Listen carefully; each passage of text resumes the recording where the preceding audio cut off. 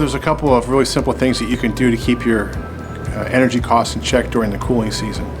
First and foremost is making sure that you keep that filter clean. There is a direct correlation between a dirty filter and increased energy costs. So check that once a month and change it as need be. Number two, your programmable thermostat. Unlike the heating season where you could set your thermostat back 10 degrees or more when you're out of the house for the day, we don't recommend setting it back more than 2 or 3 degrees in the cooling season. The reason is it takes longer for your air conditioning to recover from setback than it does for your heating system. So you'll continue to save energy, but you'll be comfortable when you come home as well. Third, check your drapes and blinds. Close those as much as you can. That'll reduce the solar gain on the house, reducing the load and helping the system do a better job for you. And finally, the fourth tip is to check your vents, your supply and return vents, and make sure that they're not blocked by furniture, drapes, or anything else, allowing the full capacity of the system to be delivered to your home.